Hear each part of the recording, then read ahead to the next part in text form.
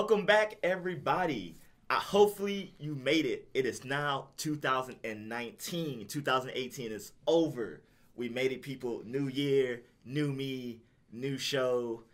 New episode. New episode. Honestly, I want to do like a whole new setup, be like, welcome to 2019. But hey, Christmas happened and work and New Year's, and that costs money. That weird limbo between holidays where, you know, it's like dark at noon and why am I at work? And but I got a new shirt. So yeah, I mean, it's a lovely new shirt. Yeah, you've never seen it before. So again, welcome to 2019. This is the first episode of the year, episode 35 actually.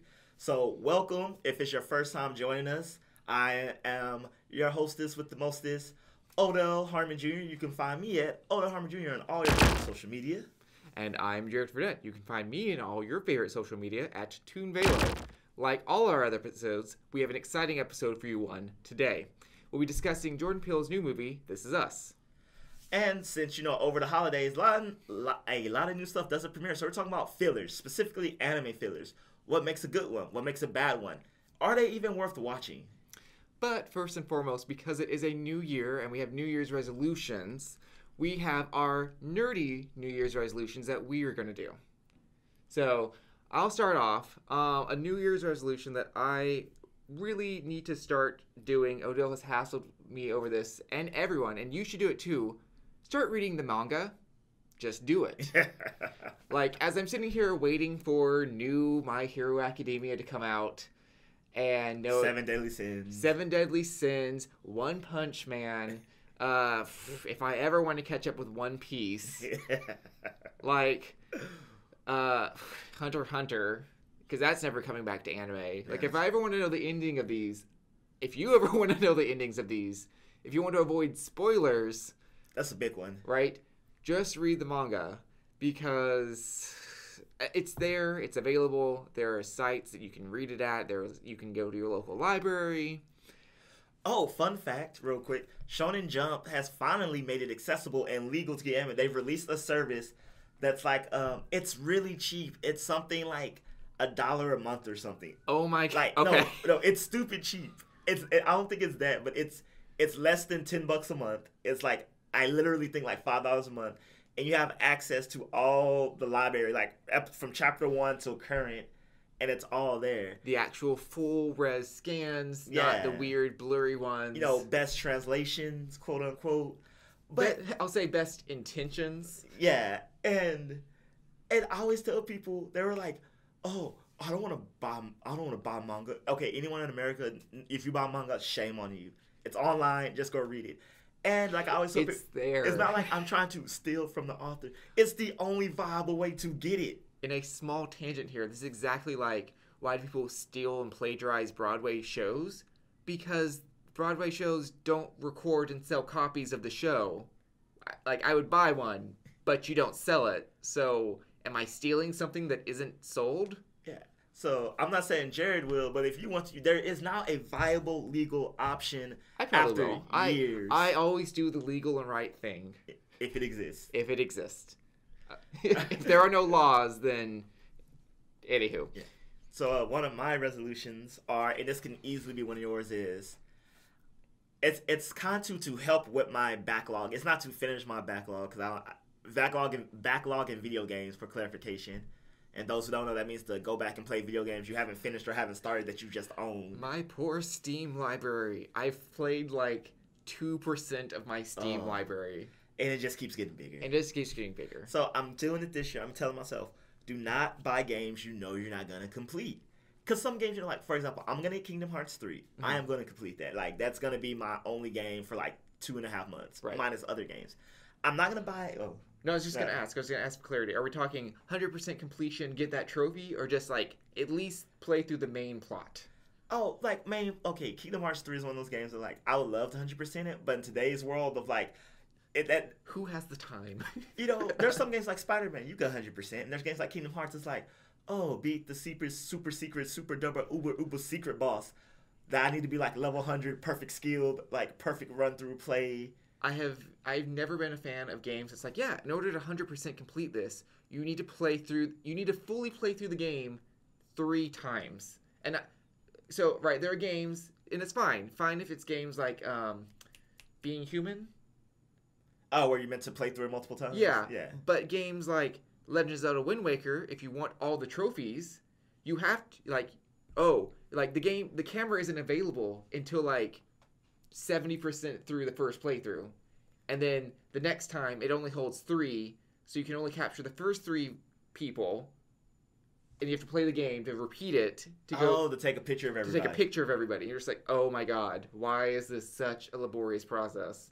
Or those games where it's like you have to beat the new game plus difficulty, and it's like, oh god, no. Right. Oh no. Yeah.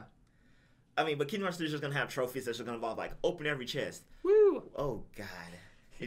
Do things that's just extremely tedious. Anyway, before I get too sidetracked, games. I'm not going to buy Kingdom Hearts 3 and then buy 2 other games that I'm not going to love as much. And I'm just physically not going to have the time. And then by the time I get to play that game, some other games are going to came out. And then, because this was going to happen. Games rarely going to sell, but some of those games at the end of the year when I still haven't played it are going to be $14 for some strange reason. Those games, I bought Mirror's Edge 2 recently and it was $12 because Mirror's Edge 2, I really wanted to play it. I'm like, all right, cool. Now I can buy it and have it there till all time because now it's $12 and not $60. Right. So I'm not going to add to my backlog. I'm going to buy one game, complete that game, buy another game, complete that game. Maybe 2. Only if that's because, I need to break up a long game like Kingdom Hearts 3 with a much smaller game. Because sometimes that's a good strategy. So no, not adding to my backlog.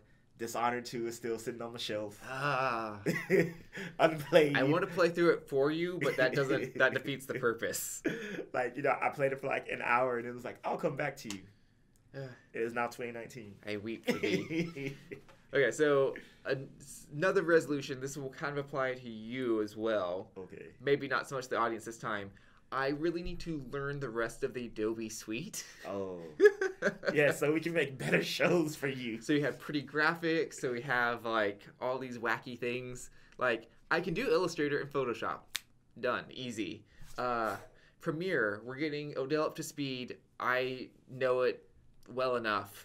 But the more I look into it, the more the workhorse seems to be with After Effects, Audition, and Character Creator. If we want the full range of things that we need, I know. Hang with us as our audio occasionally blips out. That's this thing, and we're working on that too. We are working on that. But yeah, so I need to run and catch up to speed on my Audition, on my Adobe softwares. All right, so since you said that, I will bring up my number 2 is to make skits. I'm not saying we're gonna make full circle skits. Uh-huh. I just want to make skits. Okay. They'll probably feature me and Jared in most of them, maybe all of them, maybe 99.9% of them. But if it doesn't, one of us is behind the camera, that thing. But I do want to actually make some skits. I'm not saying we're gonna become YouTube famous and stuff, but just for us fun. Speak into existence. We will be YouTube famous. All right, it'll make us YouTube famous. People will come every week for our skits, which after we put all our After Effects in. We can do those then. Oh my god! Oh, I'm gonna geek out here on camera. We can do that. We can just literally Skype each other, have the audio, import that into Character Creator, lip sync it, and then produce it. So we're gonna do animated and live action skits. Yeah. Oh man. It's gonna be hey guys, look at our 2-minute skit. It took 2 weeks to make. Well, okay. I mean, the bulk of the work in Character Creator is creating the puppets and the face rigs, and after that, it's just you're the artiste. Okay. All right, fine. You're on the animated skits. I'll take care of the IRF. There we go. All right. Look at this. We're team building with you. It's a new year. Look at this. Work with us. This is how 2019 works. Give and take. Give and take. The goals are always evolving and changing. Yes, and. Okay. Oh, was that? Yeah, that was it. Okay, so my third and final resolution that I will share with you, nerdy resolution, is that I need to actually, this will sound silly, actually learn to play the games I'm playing. Okay, so... I get that. Right, okay, so when I was younger, I don't know, I was prideful or egotistical or something, stubborn, all of these, where it's Smash Brothers, I'm just losing, I'm just gonna keep playing, I keep losing. Just stop, look up how to do it, look how other people are playing the game. You're not above learning how to play the game. So, in other words, get good. Get good, right? It's like things that I know I should be doing, but I'm not doing, like using the shield in Smash, like these sorts of things. There's another tutorial. I forget which game it was in. But it's like, yeah, just oh no, duh. Like with Artifact, like what is the like? I know I have my favorite cards, and you have your favorite cards, but you're not gonna win unless you're playing the meta. Look up the meta, just do it. Build a deck. Because as much as you love your favorite cards, I don't know, maybe this is just me. As much as you love your cards, I love to win. No, I mean, perfect example is in Pokemon when we start getting competitive Pokemon. That there are some Pokemon that are just not viable. They just aren't. But we got good enough to start using Pokemon that's like, my team is mostly Pokemon I would actually use in real life. Right? I mean, there's usually like 2, maybe max 3 that are just like, eh. But usually, even the and ones are kind of like, let me see how you work. And then, it works. Right? I feel like we're at a level now where we can have a team. And, like, people be like, oh, look at that unviable Pokemon. And it's, like, completely viable. You are not above switching out. Oh, yeah. Switching is how you play the game. Yeah, if you're one of those people that's like, I refuse to switch. No, you have to. You refuse to switch? Then you thanks lose. For the win. Yeah. Then you lose. Because I will switch in to something super effective and knock you out. Or I will switch out and prevent you from basically making an unstoppable setup. I'm not just going to sit there and watch that happen. Nope. Yeah, so... It's like, throw out a toxic, put you to sleep, burn you. That's always my favorite one. It's like, you're burned.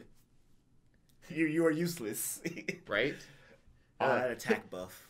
Bye-bye, attack buff. No, I still like paralysis. Bye-bye, speed. That's right. The effects have additional effects. Yes, which why they are necessary. To your young players, if all your Pokemon only know attack-only moves, which is viable for some Pokemon. Some.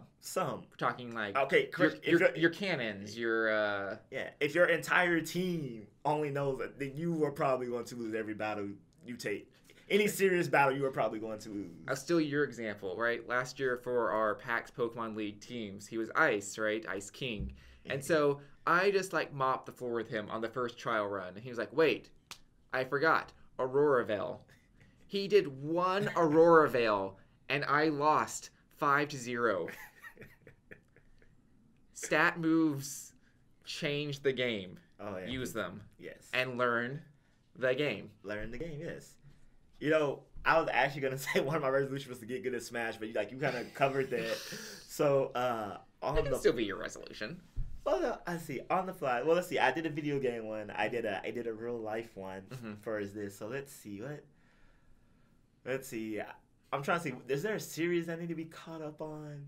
You know what? Become a better writer. I felt like this year I did a lot of video stuff, which is important because now I'm not saying that my writing lacked, but it definitely took a back seat so I could bring this up to speed, so to speak. So I want to write more. There we go. And I guess, ultimately become a better writer.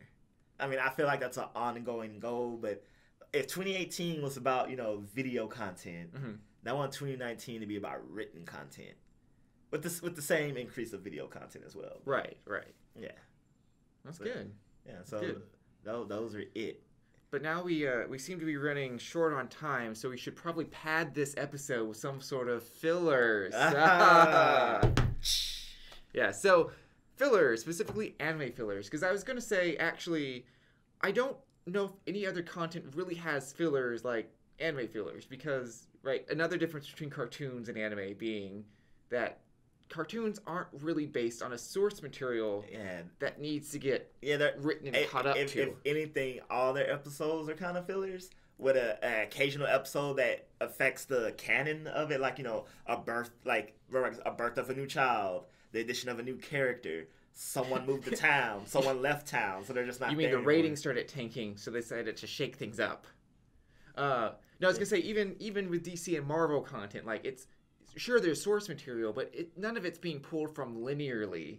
It's all just Batman fought somebody. Yeah, it's just Batman fought somebody else. Reference material. Who can we? Let's spin the rogues gallery. In today's episode, Batman will be versus the Riddler, paired with Green Lantern. There we go. And it's not like, oh, you know, Batman cut off the arm of the Joker. The Joker no longer has an arm. It's just like, well, that happened that one time. Yeah. That's kind of it. Right. But so I guess the question we're really the segment's about is, so since filler is inevitable in anime. And it's almost not exclusively an anime thing, but exclusively an anime thing. Yeah. So what makes a good filler? All right. First and foremost, it cannot destroy, interrupt, or conflict with established canon. The last one's very important, conflict, because a lot of fillers will try to, I don't know, some artist, writer wants to be like, I want to write a engrossing story that has lasting effect.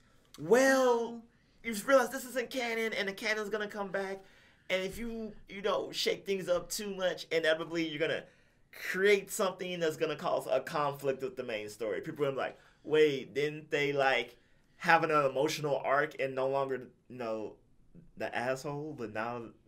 Right, it's like, wait, if they learned that valuable lesson, why are they still treating Deco like trash? Yeah. Yeah, like, wait a second. Wasn't that summer student who's... It wasn't even a summer, like, they introduced, like, a transfer student. It's like, okay, so they're still technically in the school, right? Like, they transfer it in with a quirk that's exactly counter the villain who's now been plaguing us all season. Or now they have a quirk that is surprisingly the same quirk as this new character that's being introduced. And I was like, wait. Why? Or, or just new characters like, oh no, we're all gonna die. Couldn't you just use mod souls? What's a mod soul? Look at you, Bleach. Okay, so Bleach and Naruto are the worst at this. Naruto, because it has season-long fillers. It has season-long fillers followed by another season-long filler. Just go on a hiatus. Just hiatus. It's better. And Naruto fails because it's not so much that's introducing characters, because usually they're killed or, they save them and, conveniently killed. Yeah. Like, or the point is they go on with their life. They don't live in the village. They live elsewhere. Mm-hmm. But the fact is that they're gone for so long and so much has happened that canonically, when it comes back, it's like, wait, y'all were gone for like 2 months, and now everyone's talking about the thing that canonically this happened like yesterday or a week ago. No, summer break. Yeah. But oh man, what a wild 2 weeks that was. Yeah, but the filler took place over like months, maybe even years. So it's like, why are we like, whatever this issue was should have been just naturally resolved with time or blew up in our face. It's true. Versus Bleach is like, it adds new characters. It rocks the foundation of Soul Society, like economically, culturally. Like when they had the fake captain that like wanted to like kill someone, and... with the new weapons that could also hurt a soul, right? Because if you remember episode 1 of Bleach, the only thing that can hurt a soul is a soul-cutting sword, aka Zanpakuto, right? Zanpakuto. So, anywho, so the whole radical wild thing about this filler was that there's a clandestine, an exiled family that created new weapons that could hurt the soul. It's like, okay, that's mildly interesting, but isn't that going to be a problem later down the line whenever like they don't ever come up again? Or oh no, we'll completely ignore it happened. Yeah. Oh, my favorite one is when the Zanpakutos went rogue, and it's like, wait, we already have established what some of the forms look like for some of the Renji's is a monkey. Why is it now a woman tied to a little boy? Yeah, and then it was like, well, if some of these are ever revealed later, okay, first some of them were already revealed, and now it's like Kitsugai, it's a literal ice dragon, and now it's like some, even personality wise, I felt like they didn't fit.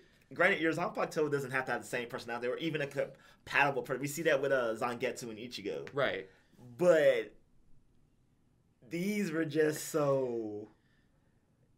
Yeah. Like, either like so polar opposite it didn't seem possible, or so exactly the same it seemed stupid. I feel specifically this filler actually had filler in it. Filled with filler. It did, actually. Hey, I know, it's like... Zangetsu, you should be my... It's like you should listen to me. All right, Ichigo, I agree. Okay, wait a second. What? You just resolved that conflict? What are you going to do now? I'm Byakuga, and for some reason, I'm affected by it. But what? That makes no sense. And then they did the thing where they resolved the issue, and they were like, oh, they're still here. They're still... And then it was just like, they gradually just disappeared. over time. Right? While also integrating the regular story. It was really, really bad. I'll say additionally so even though, we're complaining here, so I feel like if we complain so much here, you're almost thinking in your mind, why don't they just have completely non-canon filler? That doesn't quite work either, in the sense of, I'll just use Bleach again. They did a whole filler arc where it's like, yeah, children's bedtime stories. And it's like, well, I already know what Aladdin is. I don't really feel like watching the plot of Aladdin with Bleach characters. That's not really motivating me to watch it. It's not really funny. All right, Jared. So we talked about what makes a good filler then. A good filler is, I would say, exploring minor characters that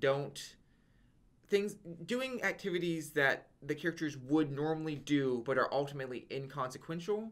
So, okay, I saw this I saw this in a manga for My Hero Academia, and I don't know how canon it is, or if it is filler itself. It's All Might, going Christmas shopping for Deku.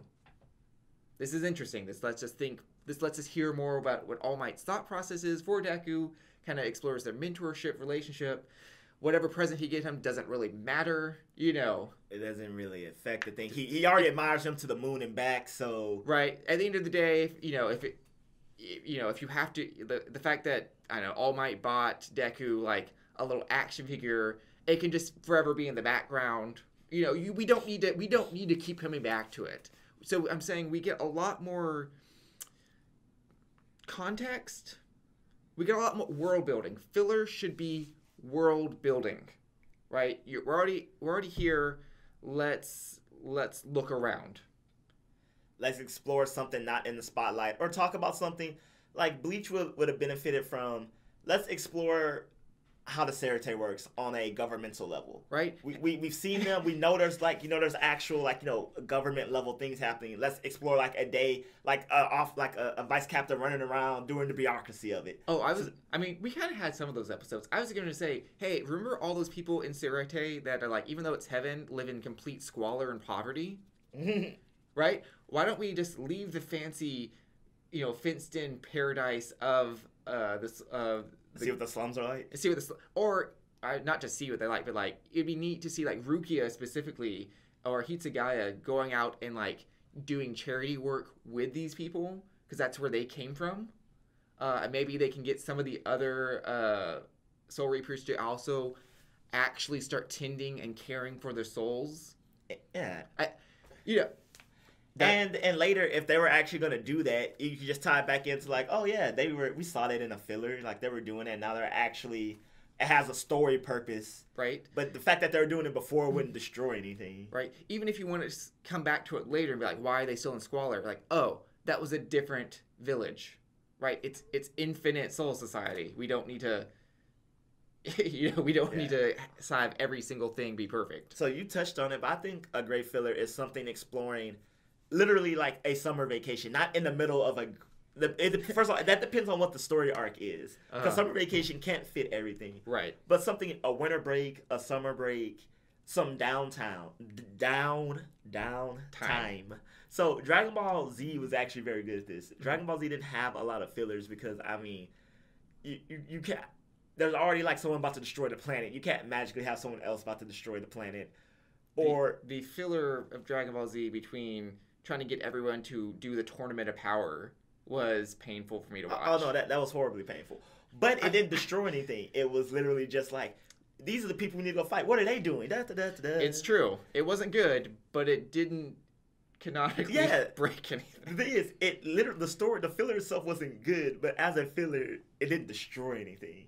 And the problems didn't make for the story. It wasn't oh God, look at all these powerful people. It was more oh, here's the situation. Here's some antics. Karate chop to the neck. Because I have the power to destroy the universe now. No, none of these problems should affect me. Fair enough.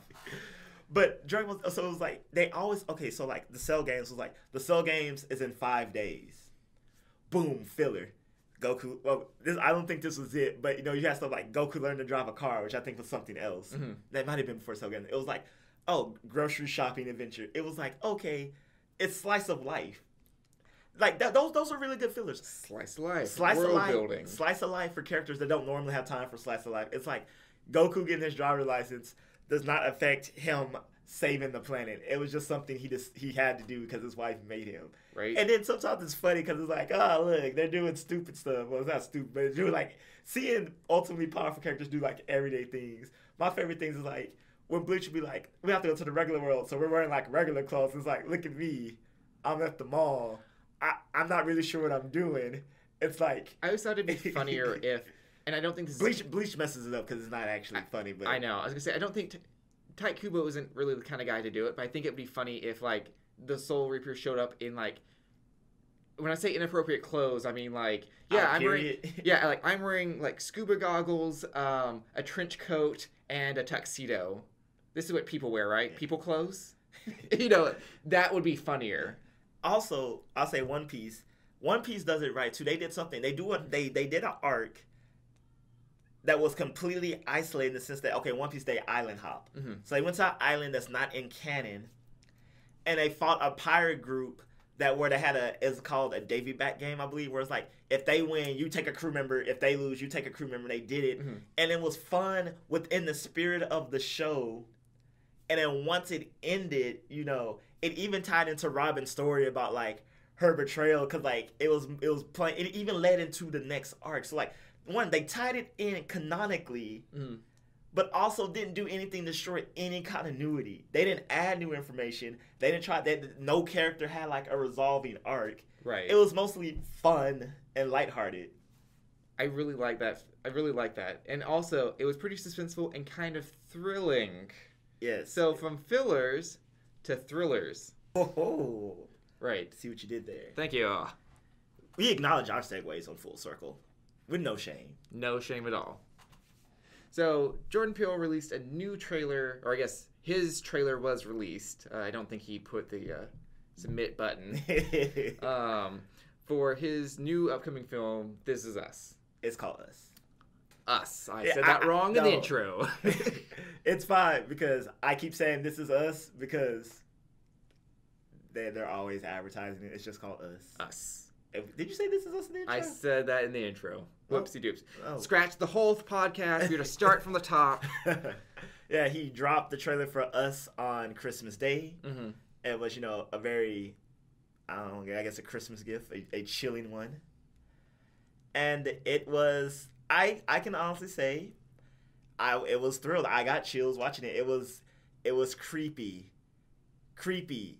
Like, I was talking to you about like, so I feel like the thriller genre, I'm pretty sure there's a whole bunch of indie movies out there I never heard, and someone's probably like, what do you mean thriller movies haven't been that prevalent? You haven't watched these 98 movies you never heard of that wasn't even released at Sundance, and like I gotta go like torrent it because they're already on DVD.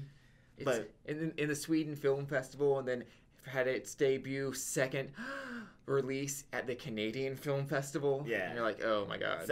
People save me that.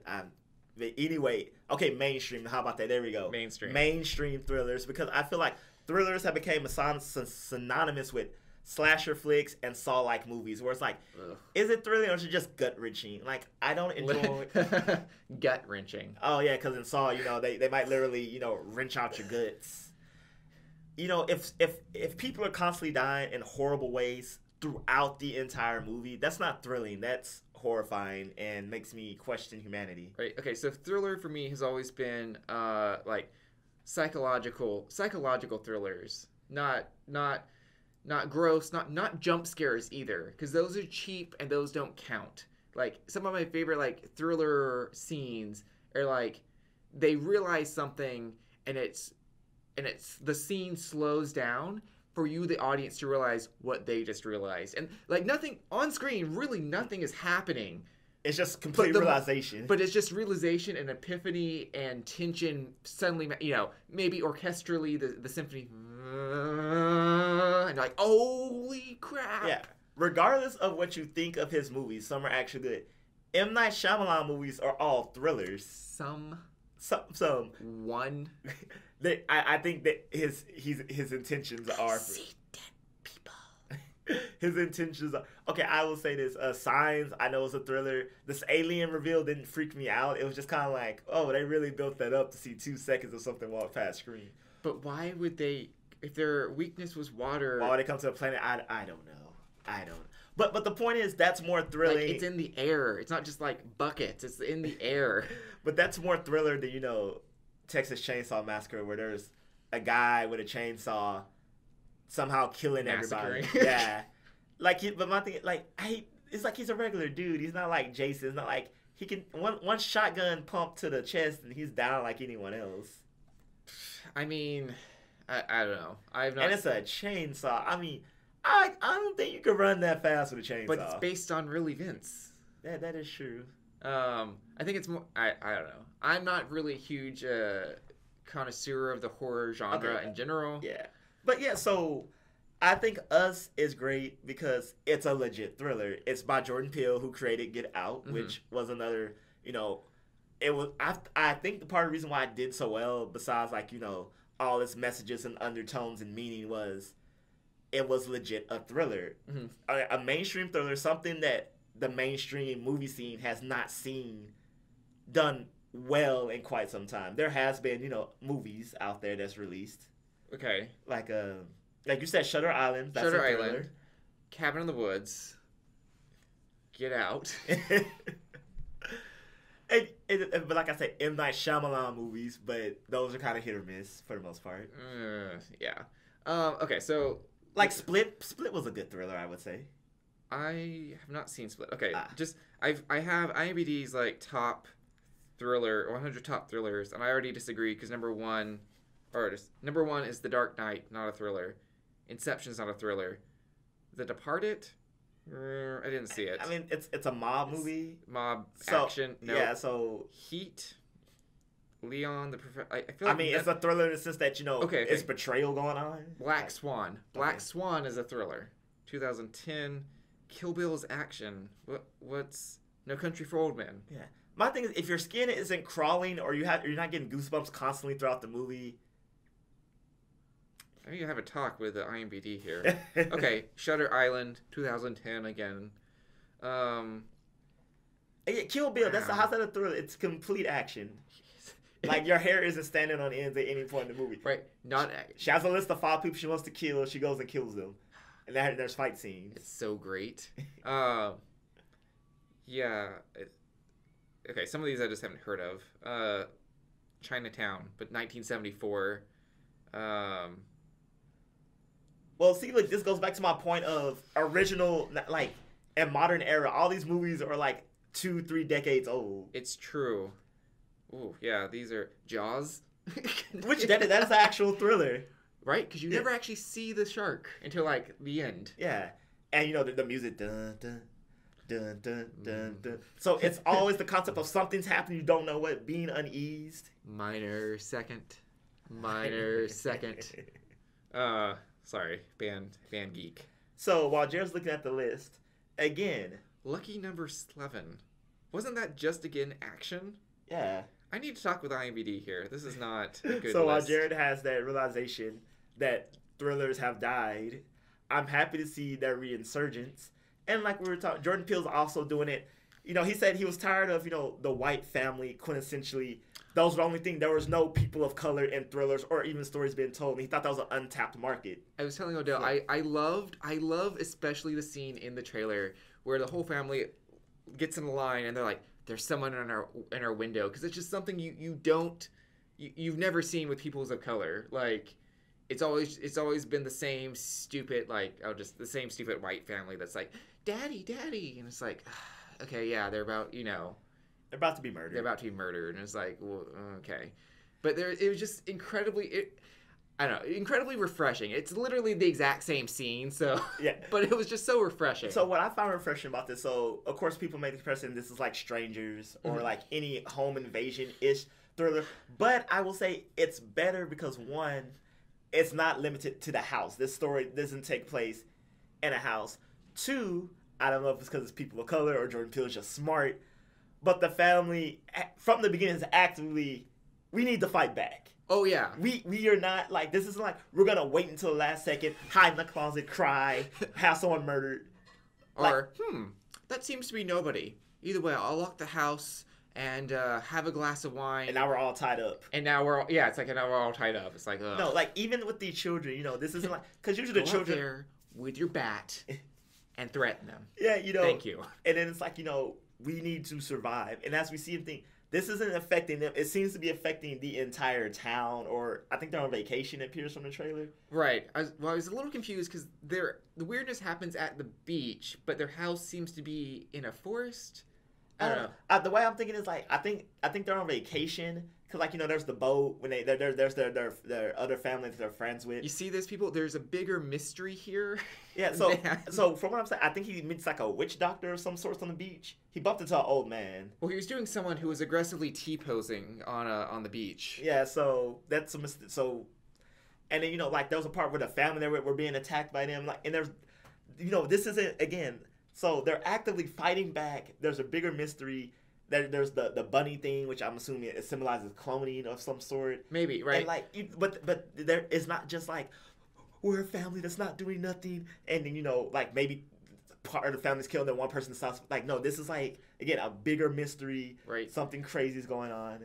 I'm now further dissecting. I love, like, the scissors keep recurring visually in it. They're not just weapons. You know, we'll put the link to the trailer. You should probably seen it by now, but, you know, we'll be popping things up here. Right. But then at the very last scene, right, not only do they do the little paper doll things, right, there's multiple cut from the same cloth, but like you said, if it's cloning, then that's, you know, symbolically like gene slicing and splicing as well, right, if you think about cutting. Yeah. Anywho, I'm really looking forward to, like, dissecting all the symbolism for the full movie here. And another, I'll say, key point to make a thriller, because of this trailer, is probably better than some thrillers, and just what thrillers should be in general. Yes, it looks scary, but I want to go watch it because there's something greater going on here that makes me want to know. Right. Like with strangers and things like that, there's some creepy people just mentally effing with this family. There's really no greater story than that. That's ultimately what it is. And the reason is probably something stupid, like you bumped them at the store. Right. No, something else in this trailer specifically, compared to, again, I'll just say, like, the Strangers and things, is other horror trailers. The trailers are a series of, I'm gonna hit you, like, with a bat, or I'm gonna hit you, and then it flashes just to the next scene. So you get a series like ba ba ba ba. This, however, showed similarly the same thing, but then the reciprocal family, like, clash, and then it would move on. So, like, while the other set you up for, like, yeah, look at all these family members potentially get whacked. This is like you're saying at the very beginning, they're fighting back. So they're not trying to sell, look at these people get murdered. Yeah. Which, I don't know about you folks, but I'm the kind of person who doesn't enjoy murder. I really don't. Like, I'm not saying that I can't watch things where people die. I mean, that happens. But just watching people get literally hacked away is just quite terrifying. Ugh. Like, especially people who are literally just at a place, and for no apparent reason, we just need...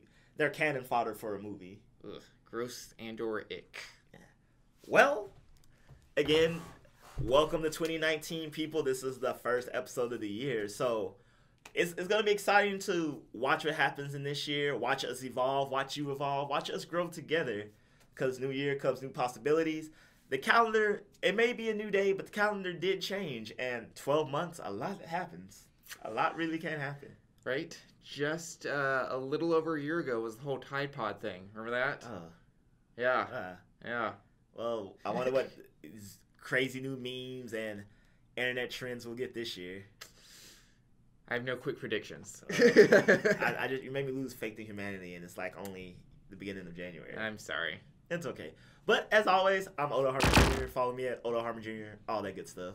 And I'm Jared Fradette. You can follow me at Toon Velo. Until next time. Have a great week, everybody, and a great year.